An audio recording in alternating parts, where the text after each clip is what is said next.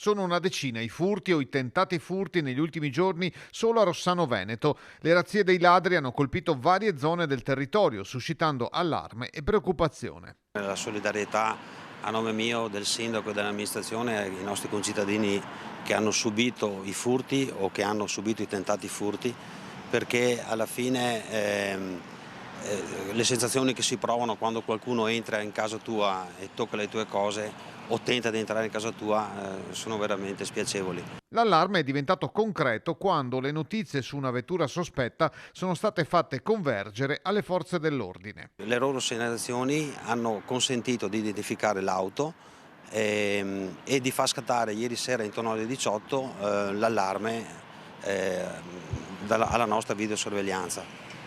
Allarme scattato appunto verso le 18 che ha permesso di dare via a un'operazione congiunta tra carabinieri e polizia locale a